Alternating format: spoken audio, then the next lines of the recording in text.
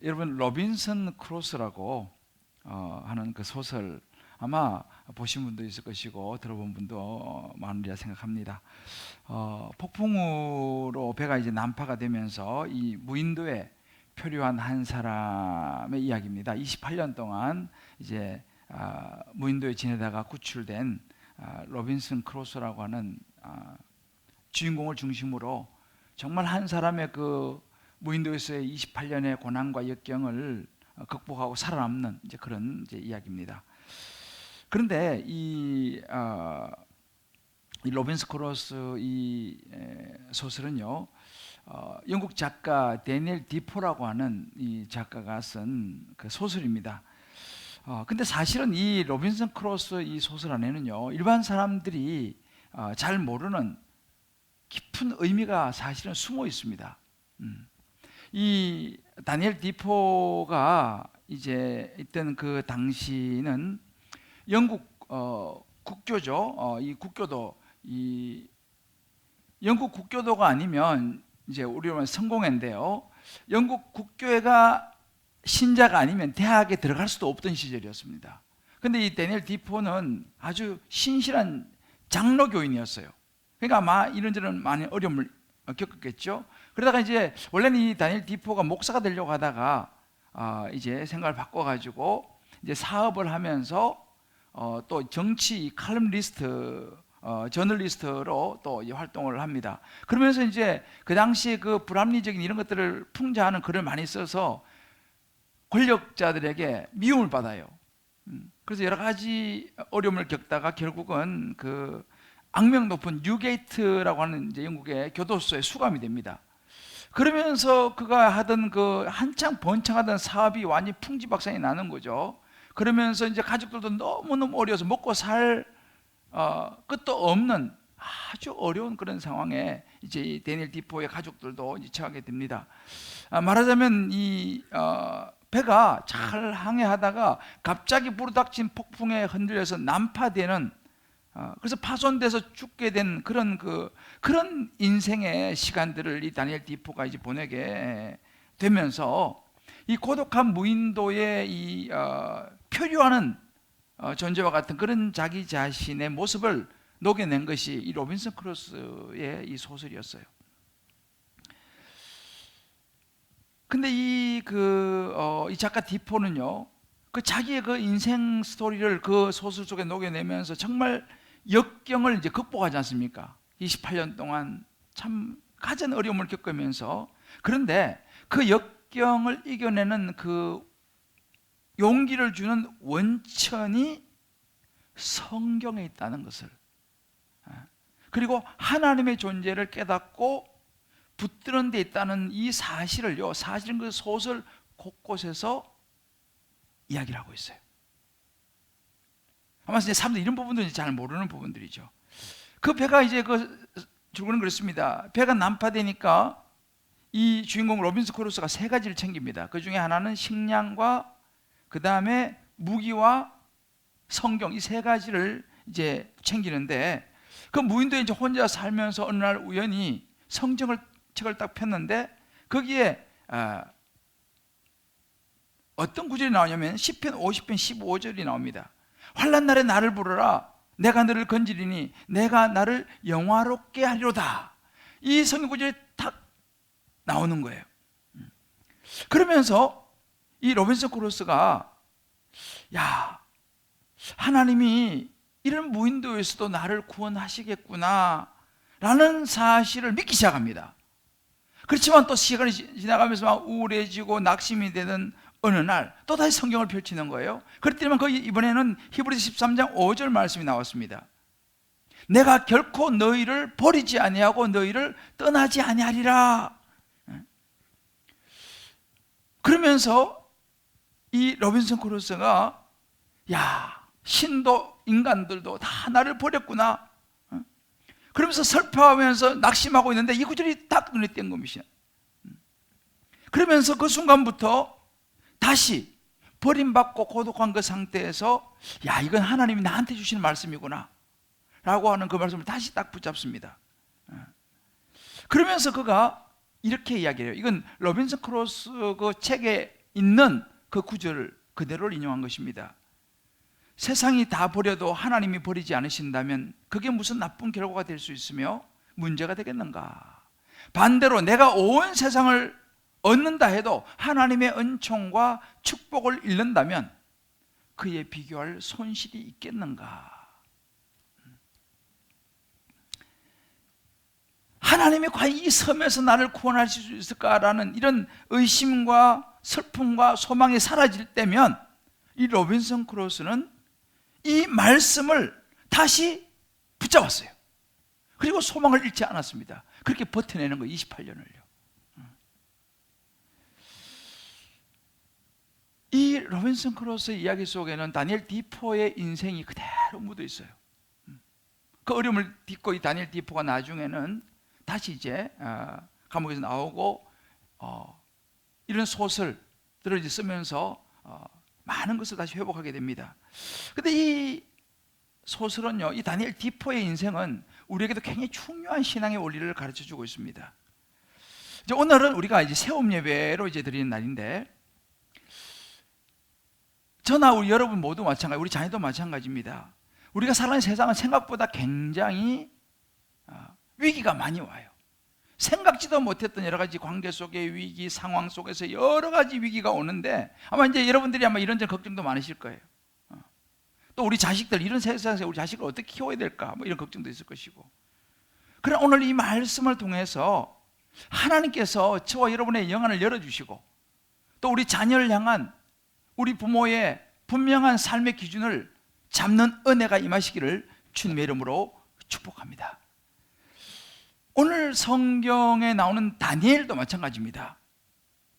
다니엘은 시대와 상황은 물론 다르지만 어찌 보면 이 로빈슨 크루소보다도 더 어려운 인생의 위기를 만나고 있는 장면이 이제 우리가 보는 이 다니엘입니다. 당시 이 최강의 나라가 바벨론이었습니다. 세계를 지배한 이 바벨론이, 그리고 그 당시 느부갓네살 왕은 거의 전쟁왕이었어요. 막강한 힘을 가진 이 느부갓네살이 유다를 멸망시키죠. 그리고 그 유다에 있는 왕족, 또 귀족 자녀들, 똑똑한 이런 젊은이들을 포로로 잡아갔습니다. 그 중에 이제 잡혀간 한 사람이 다니엘이었어요. 그런데 이 학자들에 의하면요, 다니엘의 그 나이가 한 15살 정도로 추정합니다. 우리로 말하면 중2 정도 됐어요. 그러니까 중2 정도의 나이, 한번 상상해 보세요. 중2 정도의 나이에 나라가 망했어요. 전쟁이 일어나서 망하고 이제 포로로 잡혀가는 신세가 되었습니다. 중2 때 얼마나 큰 충격을 받았겠습니까? 그렇게 해서 그야말로 낯선 예루살렘에서만 살다가 낯선 바벨론으로 포로로 붙잡혀 가지고 그곳에서 완전 낯선 땅, 그죠? 부모도 없는 낯선 환경, 말도 다르죠, 문화도 다르죠, 음식도 다르죠, 모든 것이 다른 그런 나라에 붙잡혀 간 다니엘이었어요. 그러니까 그 어린 마음에 얼마나 큰 충격이 있었겠습니까? 그런데 보통 그 이제 당시의 기록들을 보면요, 바벨론 왕 느부갓네살이 어떤 정책을 폈냐면, 그런 똑똑한 이 젊은이들을 붙잡아 와가지고 뭐를 하냐면, 당시 바벨론의 문화와 지식과 언어와 심지어 종교를 가르쳤습니다. 그 당시에 점성술이 굉장히 발달했는데 별 보고 점치는 이런 거를 그대로 다 가르쳤어요. 그래가지고 완전히 이 젊은이들을 바벨론화 시켜버렸어요. 그래가지고 2, 3년 훈련시켜가지고 어떻게 하냐면, 자기 나라에 이제 어린 애들이니까 말을 잘 들을 거 아니겠습니까? 그런데 그걸 세뇌가 되니까 그렇게 해서 자기 나라도 쓰고 또 자기 그 나라로 돌려보내가지고 그 나라의 리더가 되게 해서 철저히 바벨론 제국에 복종하는 그런 정책을 펴줬어요. 그러니까 이제 그렇게 이제 붙잡혀온 이 다니엘이 당연히 이제는 그런 바벨론의 모든 교육과 이 모든 것을 받는 것입니다. 다른 것은 몰라도 문제는 이제 종교의 문제였습니다. 이 반신 반인이라 그러죠. 반은 어찌 보면 이 동물이고 반은 사람, 뭐 이런 그 우상을 숭배하는 이 바벨론, 그런 종교를, 그런 것을 그대로 배워야 되는 거예요. 배우고 또 익히고 또 바벨론 신화 같은 걸 그대로 계속 배우는 것입니다.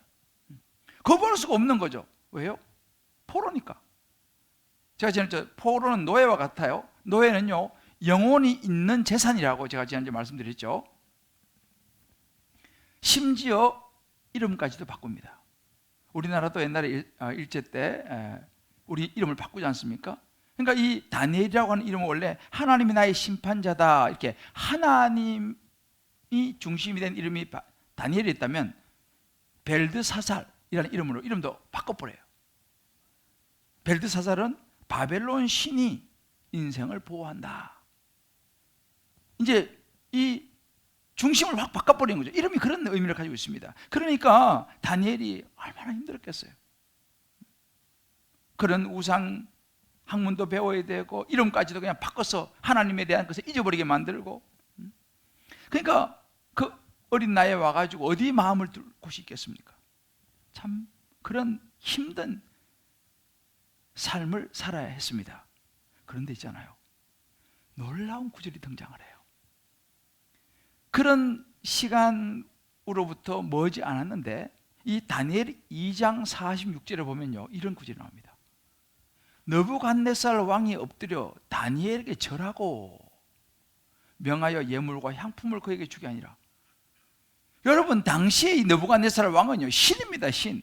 그런데 이 느부갓네살이 그 포로 잡혀온 그 젊은이한테 절을 하는 거예요. 완전히 반전이죠. 상상할 수도 없는 일이 일어났습니다. 도대체 무슨 일이 있었을까요, 그 사이에? 천하의 느부갓네살 왕이 포로 젊은이 앞에서 절을 했어요. 이유가 있었어요. 느부갓네살 왕이 꿈을 꿨습니다. 이해할 수 없는 그런 꿈을 꿨어요. 그 당시에는 그런 꿈들을 꾸면은 술사와 이런 그 점치는 사람들, 이런 사람들 불러다가 꿈을 해석을 시키는 거예요. 그런데 이 느부갓네살 왕이 그 꿈을 말해주지 않고, 그 나라의 바벨론이 얼마나 쟁쟁하고 뛰어난 탁월한 점성가들, 술사들 얼마나 많겠습니까? 다 불러다가 자, 내 꿈을 해석해라 이렇게 말하는데, 문제는 꿈을 이야기를 안 해주는 거예요. 너희들이 그렇게 똑똑하면 내 꿈 이야기 안 해도 다 알 거 아니냐? 내 꿈을 해석하라 하니까 아무도 해석을 못 하는 거예요. 왜? 꿈이라도 이야기 해주고 해석을 해라 그래야 되는데 꿈도 이야기 안 해주면서 해석하라 그러니까 누구도 해석할 수 없는 거예요. 그래요, 느부갓네살이 열받아가지고 다 모조리 잡아서 죽여라 명령합니다. 그 불똥이 어디가 튀냐면 이 다니엘에게까지 튀는 거예요. 다니엘과 세 친구, 그 잡혀온 포로들에게도 이제 그 불똥이 튀는 것입니다. 그때 하나님께서 이 다니엘이 하나님 옆에 기도하면서 하나님이 꿈에 이 다니엘에게 그 느부갓네살 왕이 꾸었던 꿈을 보여주세요. 그리고 그 꿈을 해석해 주는 거예요. 그래서 이 다니엘이 왕 앞에 나가가지고, 왕이 말하지도 않았지만 왕이 꾼 꿈을 이야기하고, 왕이 놀라지 않겠습니까? 거기다가 왕이 꾼 꿈을 해석을 해주는 거예요. 이것은 놀라운 일이었습니다. 거기에서 느부갓네살 왕이 자기가 지금까지 믿던 바벨론의 신과는 차원이 다른 다니엘이 믿는 그 하나님을 인정하게 돼요. 하루아침에 포로의 신분에서 존귀한 자가 되는 것이죠. 이런 놀라운 일이 일어났습니다. 여러분도 별로 안 놀라시는 것 같은데 굉장히 놀라운 일이에요. 자, 그럼 어떻게 이런 일이 일어났을까 하는 거죠. 그죠? 어떻게 이런 일이 일어났을까 하는 거죠. 오늘 다니엘서 1장 8절 말씀 보게 되면 중요한 키워드가 나와요. 다니엘이 뜻을 정하여, 아마 이런 많이 들어본 구절이죠. 다니엘이 뜻을 정하여 왕의 음식과 그가 마신 포도주로 자기를 더럽히지 아니하리라고 하나님 앞에 바벨론의 이런 것들로 자기를 더럽히지 않겠다라고 다 마음의 결단을 합니다. 뜻을 딱 정한 것입니다. 바벨론에 자기가 살고 있어요. 바벨론의 신화를 배워야 합니다. 지식과 학문과 다 배워야 되는 거예요. 어쩔 수가 없어. 피할 수가 없어. 수업 안 들어갈 수 없지 않습니까? 포로인데. 그런데 다니엘은요, 어떤 결정을 하면 뜻을 정하, 여기서만 뜻이라고 하는 이 원래 원어의 의미는요, 마음이라는 의미입니다. 마음. 정하다라고 하는 이 의미는요, 두다, 놓다 이런 의미인데, 이렇게 번역하면 더 쉽게 번역할 수 있어요. 다니엘은 그의 마음을 하나님께 두었다, 이렇게 했어요. 다니엘은 그의 마음을 하나님께 두었다. 자, 보세요. 다니엘은 환경을 바꿀 수가 없었어요. 교육받는 거 안 받을 수가 없었어요. 그 모든 것을 싫어도 다 해야 되는 거예요. 그런데 그 마음은 어떻게 할 수 없는 거죠. 그죠? 다 하고 하는 거. 물론 여기서 이제 음식과 포도주를 직접적으로 거절했어요. 그러나 그 외의 모든 것들을 안 할 수가 없는 거죠. 그런데 결정적으로 다니엘의 그 마음은 그것들에게 뺏기지 않았어요. 마음은 하나님께 두었어요. 마음을 지킨 것이죠. 아무리 내가 상황이 그렇고 모든 것이 그러더라도 내 마음은 하나님께 두기로 다니엘은 딱 정한 거예요. 자, 이렇게 다니엘이 딱 그 마음을 하나님께 딱 정하니까 어떤 일이 일어나냐면 9절에 있잖아요. 9절 말씀에 하나님이 다니엘로 하여금 환관장에게 은혜와 긍휼을 얻게 하신지라 그랬어요. 하나님이 이제 개입을 하시는 거죠. 뜻을 딱, 마음을 딱 정하니까 그 환경 속에서 하나님이 그 바벨론 환관장 윗사람의 마음을 움직이는 거예요. 그 마음을 움직여서 그래, 너 음식과 이 포도주 안 먹고 어느 기한을 두고 내가 보겠다라고 하는 마음을 주는 거예요. 이게 이제 하나님이 개입하시는 거죠. 여러분 보세요. 이 다니엘이 그런 정말 기가 막힌 상황 속에서 다니엘을 되게 하신 것이 누구냐라는 거예요. 이게 오늘 우리 읽었던 17절 말씀입니다. 17절 말씀 같이 한번 읽어봅시다. 시작. 하나님이 이 내 소년에게 학문을 주시고 모든 서적을 깨닫게 하시고 지혜를 주셨으니 다니엘은 또 모든 환상과 꿈을 깨달아 알더라. 여러분 이 구절에서요, 주어가 중요해요. 주어가 누굽니까? 하나님이 이 다니엘에게요, 학문, 모든 서적 깨닫게 하시는 거예요. 공부하고 책을 보면 깨달아야지 않습니까? 이거를 하나님이 그렇게 해주셨어요. 거기다 하나님 지혜를 주셨어요. 그로 인해서 다니엘이 하나님을 통해서 환상과 비전과 이 꿈들을 깨달아 아는 거예요. 그러니까 느부갓네살 왕의 그 꿈을 알게 해주시는 거죠. 해석하게 해주는 거예요. 누가요? 하나님이. 여러분 중요한 포인트는 뭐냐면요, 우리 여기 젊은이들도 있죠. 하나님은 어떤 사람을 찾으시느냐? 이 세상에 살죠. 우리는 뭐 이 세상의 문화와 언어와 모든 학문과 지식 속에서 우리는 살아갈 수밖에 없어요. 그죠? 그러나 이 세상의 가치관에 휩쓸려 가지 아니하고 이 세상에 살면서도 하나님의 가치관을 붙잡고 마음을 하나님 앞에 둘 수 있는 사람을 하나님은 지금도 찾으신다는 사실을 믿으시기를 주의 이름으로 축복합니다. 하나님은 탁월한 사람을 찾는 게 아니고요, 그 마음을 하나님께 둔 사람이 누구냐, 이걸 찾는 거예요. 자, 그러면 여기서 중요한 것이 뭐냐면, 그러면 다니엘에게 그 하나님을 누가 가르쳐 줬겠냐는 거예요.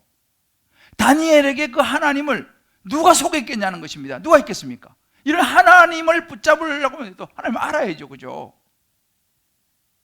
오늘 1장 6절에 보게 되면요, 유다 자손 곧 다니엘 이렇게 나옵니다. 다니엘은 유다 자손이었어요. 이 말은 뭐냐면 부모가 하나님을 믿는 유대인이었다라는 이야기입니다.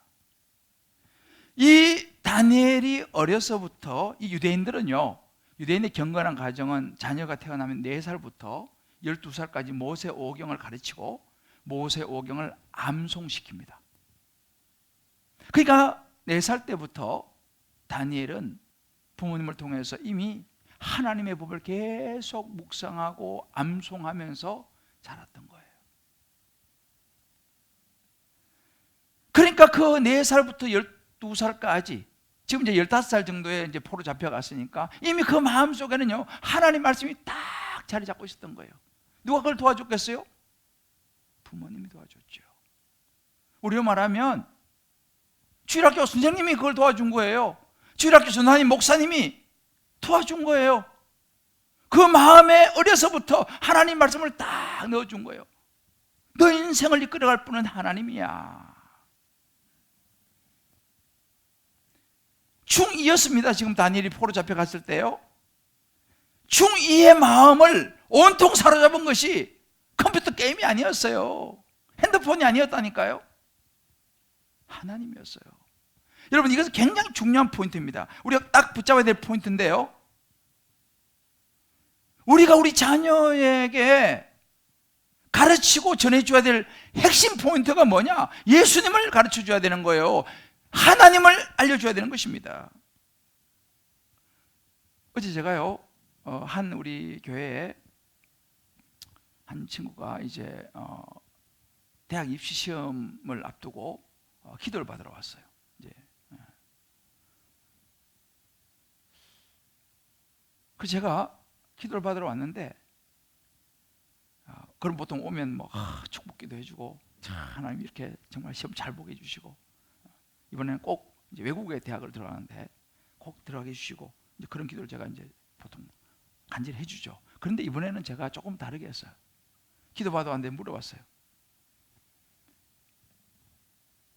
시험 봐서 대학을 가려고 하는 목적이 뭐냐? 물어봤어요. 왜 외국에 대학을 가려고 하니? 그 무슨 과를 가려고 하니? 무슨 과? 그럼 그 졸업하고 그럼 뭐 할 거니? 이런 회사 취직하고 싶다는 거예요. 그럼 그 취직해서 뭐 할 거니? 그래서 내가 물어봤어요. 너가 공부하는 목적이 뭐니? 그 대학을, 그 과를 들어가서 그 회사 들어가려는 목적이 뭐니? 그래서 자기 인권을 위해서. 자, 그러면 인권을 위해서 그렇게 애쓰는 목적이 뭐니? 같은 맥락이에요. 우리가 알아야 됩니다. 우리 젊은이들이요. 내가 물었어요. 너 예수 믿니? 예수님 너를 십자가에 죽으시고 부활한 거 너 믿니? 자기 믿는데요. 그러면 예수님이 너를 위해서 십자가에 지시고 죽음으로 너를 구원했으니 너도 이제 예수님을 위해 살아야 되지 않겠니? 그러면 너가 하는 모든 목적이 뭐가 돼야 되겠니? 하나님의 영광이 돼야 되지 않겠니? 그렇다는 거예요. 그럼 됐다. 너가 하나님의 영광이라고 하는 분명한 목적이 있으면 이번 시험 최선을 다해서 보고, 떨어져도 하나님 책임질 것일 것이고, 붙어도 하나님이 인도하실 거야. 그 얘기를 해주고 기도해주고 내보냈어요. 여러분, 같은 맥락입니다. 우리가 하나님을 아는 것이 가장 중요한 거예요. 왜? 하나님이 우리 자녀의 인생을 이끌어 가실 것이기 때문에, 하나님이 내 인생을 이끌어 가실 것이기 때문에. 왜요? 다니엘처럼 말이죠. 여러분, 이 코로나 상황에서요, 갈수록 혼탁한 세상이고 뭐 정치, 경제, 사회, 문화 복잡하지 않습니까? 우리가 중심을 어떻게 잡고 살아가야 될까요? 우리 자녀에게 진짜 우리가 알려줘야 될 것이 무엇이겠습니까? 지식, 지성 맞죠? 제가요, 여러분들도 보신 분이 계실 거예요. 카이스트에 배상민 교수님이라고 있습니다. 이분은 세계적인 분인데, 이 디자이너 계통에서는 탑이에요. 그러니까 뉴욕에서 14년을 공부하면서 4대 디자인상이라고 있답니다. 가장 권위가 있는, 한국 사람은 아무도 받은 적이 없는 이 상을 2번 받았어요. 이분이요. 4대 디자인상이라고. 그래서 이 상을 2번 자기가 14년 동안 하루에 3시간 잤대요. 열심히 해가지고 2번 받았는데, 그러니까 뭐 대우가 달라지고 다 그랬죠. 한국에는 아무도 이 상을 한 번도 받은 사람이 없어요. 근데 이제 그래서 이제 이 카이스트 교수로 스카우트돼 왔어요. 근데 이분이 카이스트 와가지고 이분이 그런 이야기를 해요. 사람한테는요, 세 가지의 세상을 보는 관점이 있다는 거예요. 첫 번째는 뭐냐면 뇌안, 이 뇌, 이성. 이거 보고 이거 풍선이구나. 이거 뭐 사과구나. 이성 있잖아요. 이건 뇌안, 우리 뇌. 두 번째는 심안, 마음으로 세상을 보는 거예요. 우리 시인들이 아름다운 식구를 가지고 뭐 한 송이 국가수를 피우기 위해 소축새는 밤부터 그렇게 오렸나 보다. 이런 시인들의 어떤 심상을 떠오르는 이 마음으로 보는 마음안. 그러니까 뇌안, 심안, 마지막이 영안이에요.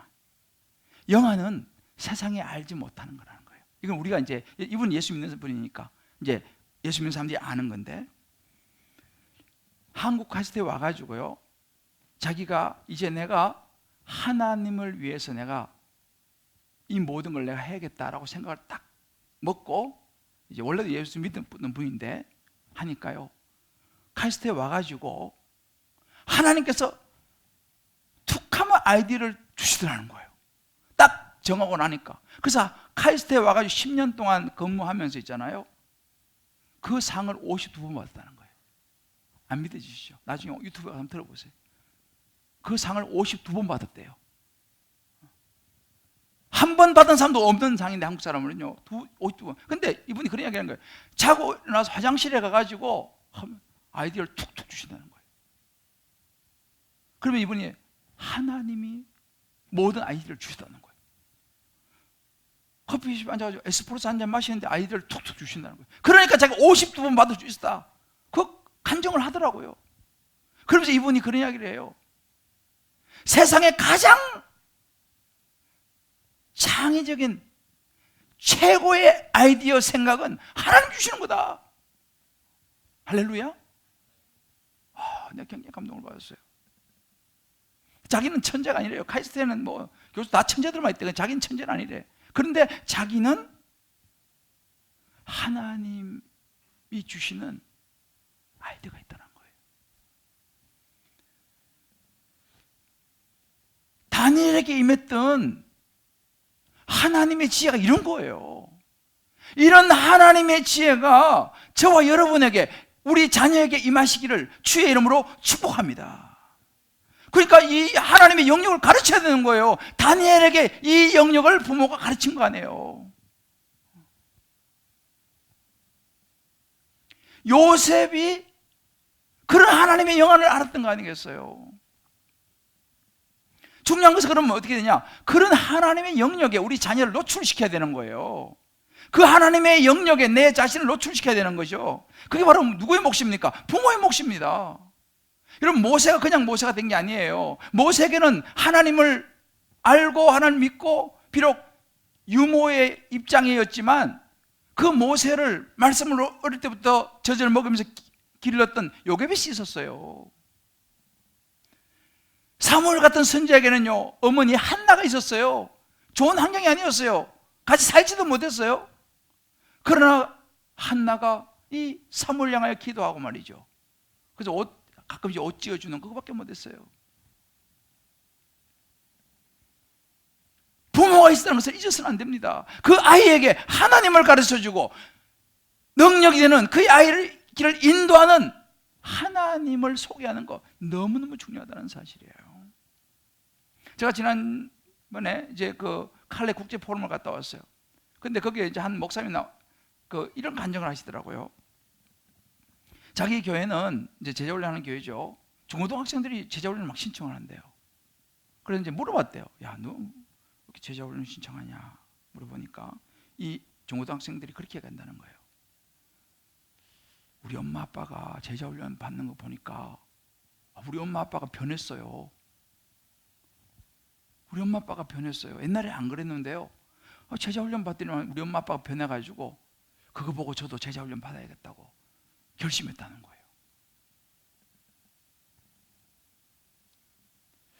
여러분, 굉장히 중요한 이야기예요.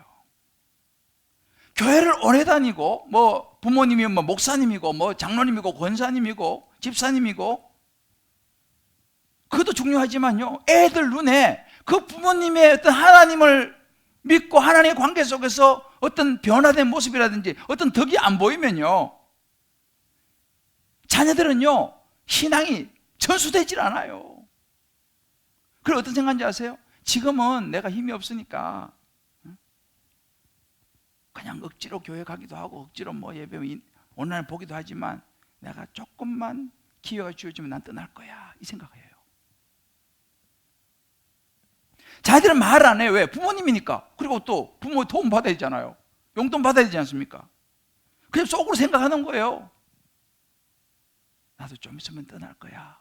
그래가지고 고등학교 졸업하고 대학교면 대부분 다 떠납니다, 실제로 자녀들이. 우리 부모님들 심하게 생각해야 됩니다. 왜 그러냐? 부모가 목사님인데 장로님, 권사님, 집사님이신데 달라진 게 하나도 없어요. 자기들이 보면서 뭐 신앙적으로 도움이 돼야지. 그러니까 애들은 마지못해 그냥 하지만 기회가 되고 시간이 되면 다 떠나는 거예요. 이게 어찌 보면 우리 현실입니다. 제가 아는 우리 교회도 한 집사님, 우리 권사님 부부가 있어요. 이분들은 늦게 예수 믿었어요. 그러니까 애들도 다 예수를 안 믿었지, 이분들도.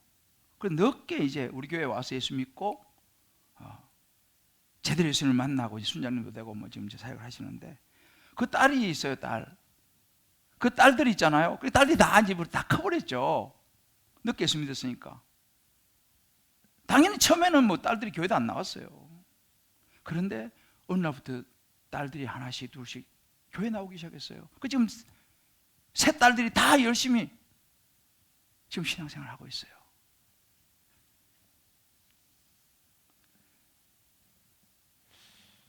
부모가 중요합니다, 여러분들. 이제는 말하는 거 가지고 애들이 먹히질 않아요. 애들은 다 안다니까요, 속으로요.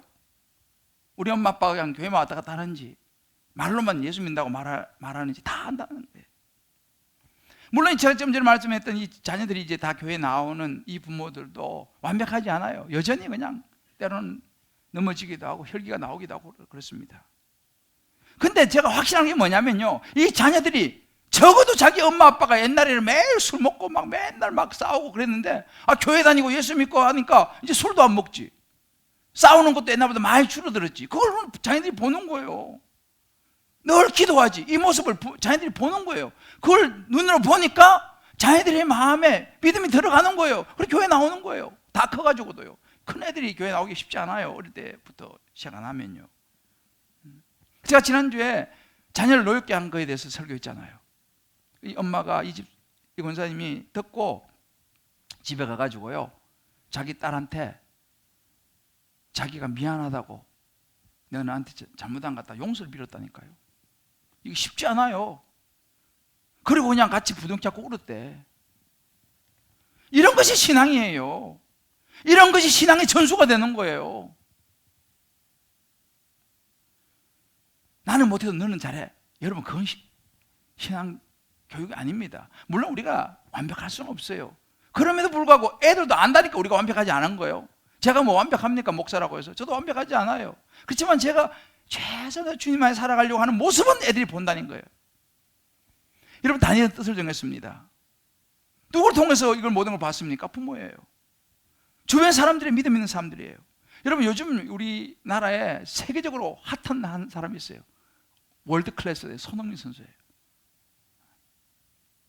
뭐 이 손흥민 선수, 여러분 우리가 생각하는 이상입니다. 저는 영국에 오래 살았기 때문에, 영국은요 이 EPL 이 프리미어 리그의 영국 사람들은요 굉장한 축구광이에요. 여기에서 잉글랜드 프리미어 리그거든요. 여기서 득점왕이 된다는 것은요, 박항서 감독이 그렇게 하더라고. 100년에 한 명 나올까 말까라는 거예요. 아시아인으로서는요 최초예요. 앞으로도 나온다는 보장이 없다는 게 100년에 한 번 나올까 말까. 이번에 손흥민이가 EPL 득점왕 차지했잖아요. 아마 축구 좀 아시는 분은 아실 거예요. 이건 굉장한 일입니다. 아시아인으로서도 그중에서 한국 사람인 거예요. 그래서 이번에 대통령이 친히 상 줬잖아요. 이거 굉장한 일이기 때문에 그래요. 그런데 이 손흥민 선수가 있기까지 요즘 대통령이 손웅정 씨 아버지의 자녀 교육에 굉장히 뜨고 있어요. 손흥민 씨가 그렇게 얘기하는 거예요. 나의 축구는 오로지 아버지의 작품입니다. 이렇게 얘기하는 거예요. 아버지가 그렇게 가르친 거예요. 자기는 삼류 선수였어. 자기는 무명, 이름도 없는 삼류 선수였지만 이 아들을 그렇게 키운 거예요. 그런데 손흥민 선수 이런 이야기를 해요. 아버지가 항상 이렇게 말했다는 거예요. 성공은 선불이야. 지금 인생을 투자해야지 10년, 20년 후에 결과를 거둘 수 있는 거야.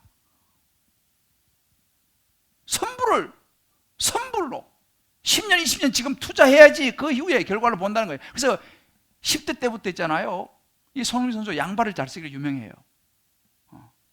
근데 10대 때부터 오른쪽, 왼쪽 슈팅을 500개씩 똑같이 시켰다는 거예요. 신발끈도 왼쪽부터 몇 개 했다는 거예요. 왜? 왼발을 잘 쓰게 하려고. 제가 그걸 보면서 우리 이제 알고 보니까 또 감사한 게 이분이 크리스찬이에요. 손흥민 씨가 서울 영광교회라는 교회를 출석하더라고요. 손흥민도 보니까 그러고 보니까 가끔 서서 뭐 이렇게 기도하고 그러더라고요.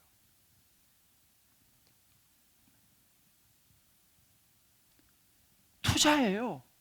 여러분, 투자의 귀재, 20세기의 투자의 귀재라고 말하는 워런 버핏 아시죠? 이 워런 버핏이 많은 어록이 있어요. 근데 이 워런 버핏이 재산이 어느 정도 보니까 96조 9,441억. 와, 상상이 안 돼요. 근데 이 워런 버핏이 투자의 최고의 귀재가 이런 이야기를 했어요. 자기 첫 번째, 오늘 누군가가 그늘에 앉아 쉴 수 있는 이유는 오래전에 누군가가 나무를 심었기 때문이다. 이렇게 얘기한 거예요. 이게 중요한 투자의 원리예요. 이 사람이 첫 번째로 말한 거예요. 누군가가 나무를 심었으니까 오늘 그늘에 쉰다는 거예요. 이렇게 투자가 중요하다는 거죠. 여러분, 우리도 마찬가지입니다. 하나님의 원리도 투자예요. 우리가 갈라디아서 6장 7절을 보게 되면요, 사람이 무엇으로 심든지 그대로 거둔다고 했습니다. 뭘 심느냐가 중요한 거죠. 그러면서 8절에 이렇게 말합니다. 자기 육체를 위해 심는 자는 육체로 썩어질 걸 거두고 성령을 위해 심는 자는 영생을 거둔다 그랬습니다. 오늘 우리가 마태복음 6장 20절 보면 그것도 마찬가지예요. 이제 우리 2부, 3부에서 이제 이 부분 나올 텐데 진짜 보물이 뭐냐는 거예요. 진짜 지혜로운 투자가 뭐냐는 것입니다. 같은 맥락이에요. 우리 자녀에게 어떤 투자를 해야 되냐는 것이죠. 요즘 보니까 이 오은영 박사가 나와가지고 그 사람들이 패널 나와서 이야기하는데 5살인 6살인데요 200만 원씩 투자하더라고요. 와, 내가 놀랐어요. 5가지 6가지 심지어 이성기 씨 있죠. 이성기, 요즘 나오는 이성기 씨 탬버린까지 학원 다녔대. 탬버린 배우는까지 학원 다녔대. 자기는. 그러면 그것이 정말 지혜로운 투자일까요? 저와 여러분은요, 우리 자녀에게 있어서 이 다니엘을 눈여겨봐야 돼요. 하나님을 가르쳐주고 하나님의 인도하심을 받도록 우리 자녀를 끌어주는 것이 가장 지혜로운 투자인 줄 믿으시기를 주의 이름으로 축복합니다. 우리 전에 봤죠? 에베소 6장 4절의 말씀이에요. 아비들아, 너희 자녀를 노엽게 하지 말고 오직 주의 교훈이에요. 하나님의 교훈입니다. 세상 지식 다 필요해요. 필요 없는 게 아니에요. 그러나 하나님의 교훈과 훈계로 양육을 해야지. 그 마음 중심이 하나님께 있어야지. 이게 제대로 하나님의 인도하심을 받지. 하나님 없는 세상의 성공은요, 아무리 성공해 보세요, 아무것도 없어요. 나중에요. 첫 번째로 자녀의 양육을 위한 투자는 교회 자녀들을 맡겨야 됩니다. 교회에 자녀를 맡긴다는 말은 뭐냐면요, 우리 자녀를 교회에 적극적으로 참여하게 만들어야 돼요. 학원만 보낼 게 아니고 좋은 선생님만 붙여가지고 영어, 수학 이런 것만 잘하게 할 게 아니라 교회에서 하나님을 만나도록 하는 프로그램을 참여시켜야 됩니다. 여러분 수련회 반드시 보내셔야 돼요. 여러분들 교회에서 하는 프로그램 반드시 참여시켜야 됩니다. 청년부 수련회 반드시 보내야 되죠. 성경부 프로그램 반드시 참여시켜야 됩니다. 세상에 좋은 학원을 찾는 부모는 세상에 좋은 부모라면요, 하나님을 만나게 도와주는 부분은 정말 지혜로운 부모인 줄 저는 확신합니다. 그래서 이런 새로운 예배 이런 게 너무너무 중요한 거예요. 여러분 자녀들 열심히 주일학교 보내셔야 됩니다. 물론 피치 못해서 온라인 예배 드릴 수도 있겠지만은 온라인보다는요 현장에 보내셔야 돼요. 투자라니까요. 투자를 해야 돼요. 세상에서도 얼마나 많이 투자합니까? 두 번째는요, 예수님께 자녀를 맡겨야 돼요. 예수님을 알게 해줘야 돼요. 예수님의, 우리의 죄를 용서하시는 예수님의 십자가를 가르쳐야 됩니다. 여러분 신앙은 이론이 아니에요. 여러분이 만난 예수님을 가르쳐야 됩니다. 그러면 여러분들이 예수님을 먼저 만나야지 예수님을 이야기해 줄 거 아니겠어요? 자녀들에게요. 예수님을 이야기해 주셔야 돼요. 여러분들 자녀들이 예수님을 만나야 됩니다. 여러분 베데스다 연못가에 38년 된 병자 이야기 아시죠? 38년 된 병자가 있으면 베데스다 연못에 물이 한 번씩 동하면 먼저 뛰어 들어가면 낫는다라고 하는 건 썰이에요. 그건 신화예요. 진리가 아니에요. 그거는요. 그 사람은 빨리 못 뛰어 들어가니까 38년 동안 기다렸는데 병이 안 낫죠. 그런데 어떻게 했습니까? 예수님이 모셨어요. 예수 딱 만나니까 물 뛰어 들어갈 필요도 없어. 그냥 나서 버렸어요. 우리 자녀가요 예수 믿어야 됩니다. 할렐루야. 예수님을 전해줘야 돼요. 그래야지 자녀들이 예수를 믿어야지 이 자녀가 하나님 앞으로 인도함을 받는다니까요. 마지막 세 번째는요, 하나님께 자녀를 맡겨야 돼요. 여러분 세상 선생님에게 맡기지 마세요. 좋은 과외 선생? 여러분 도움은 될지 모르지만 아니에요. 하나님께 자녀를 맡기시기를 주여 여러분 축복합니다. 하나님께 맡겨야 돼요. 하나님이 책임지십니다. 오늘 다니엘 보세요. 다니엘요. 그런 상황 속에서 하나님이 학문과 서적을 깨닫게 해주시는 거예요. 지혜를 주시는 거예요. 하나님이요. 여러분 창조주 하나님을 믿으십니까? 창조주 하나님을 믿으시나요? 그럼 하나님께 맡기셔야 돼요. 너무 과외 선생 어느 학원 너무 의지하지 마세요. 우선순위가 바뀌었어요. 지금요 하나님께 나온 거 하나님께 맡기는 건 두 번째고 학원만 보내려고 좋은 선생만 자꾸 붙이려고 주일날도 마찬가지예요. 예배를 먼저 드리게 해야 돼요. 여러분들이요 과외 그 한두 시간 괜찮아요. 하나님이 살아계시잖아요. 이런 하나님 살아계시는 거 믿습니까? 하나님께 맡겨야죠. 그러면요 베드로전서 5장쯤 말합니다. 너희 염려를 다 주께 맡기라. 이는 그가 너희를 돌보심이라 그랬어요. 하나님이 우리와 우리 자녀를 돌보신 줄 믿으시길 바랍니다. 사랑하는 성도 여러분, 저는요 지금까지 살아오면서 저는 별 똑똑한 사람 아니에요. 촌놈이고 시골에서 공부 잘 못했어요. 저는요. 근데 저는 어려서부터 하나님을 사랑했어요. 하나님 붙잡았어요. 우리 부모님이 이제 저를 교회로 데려가져갔고 교회를 다녔고 그러면서 제가 하나님을 알게 되고 예수님을 믿게 되고 하나님을 사랑하게 됐어요. 그래서 제가 꿈이 하나님께 영광을 돌리고 싶었어요. 근데 저는 뭐 공부도 그렇게 잘하고 우리 형님 누님 뭐 되게 공부를 잘했어요. 저는 공부도 별로 뭐 그냥 그랬는데 시간이 지나니까요 하나님이 저를 인도하시더라고요. 하나님이 저를 인도하셔가지고 제가 구미고등학교 나왔는데 구미고등학교는 그 당시 영재반이 있어요. 영재반은 아주 똑똑한 아이들만 모아가지고 한 열 몇 명 남녀 같이 모아가지고 남고 여고였는데 그 애들은 뭐 탁월한 애들이죠. 그 애들은 서울대학 가는 거예요. 우리 같은 뭐 서울이고 뭐고 근데 어느 날 주일날 내가 예배드리고 나가는데 아니 목사님 저 모르시겠어요 그러더라고. 어디 얼굴 본 것 같긴 한데 보니까 그 친구가 그 구미고등학교 영재반에 있었어요. 영재반이고 서울대 갔어요. 구미에서 서울대 그 당시는 굉장한 거예요. 서울대 나왔어요. 그 친구는. 그래가지고 나한테 인사를 하더라고. 목사님 저 아시겠냐고.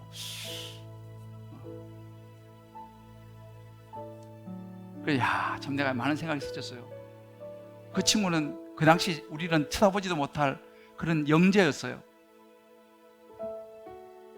세월이 많이 지나서 벌써 수십 년이 지나고 나는 목사가 되어 있고 그 친구는 그냥 성도로 교회 와서 예배드리러 그렇게 만나게 되더라고요. 근데 보니까 참 인생이 힘들더라고요. 인생이 너무 힘들게 살고 있더라고요. 보니까 지금은 다른 데로 이제 이사 가서 이제 지금은 신앙생활을 어떻게 하는지 모르겠는데 하나님이 하시더라는 거예요. 우리 자녀들 데리고 뭐 산으로 들러 뭐 무슨 문화 가르치고 뭐 자연 보여주고 역사 보여주고 유적지 탐방하고 다 좋아요.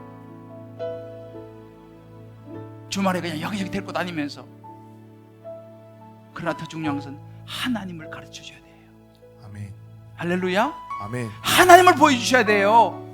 예수님을 만나게 해줘야 돼요. 교회 데리고 와야 됩니다. 예배 데리고 와야 됩니다. 하나님 만나게 해줘야 돼요. 그래야지 그 아이가 다니엘 같은 아이가 된다니까요. 믿습니까? 아멘. 우리가 하나님을 살아계신 분을 믿는다면 이걸 우린 따라가야 돼요. 이게 지혜로운 투자예요. 이게 지혜로운 투자예요.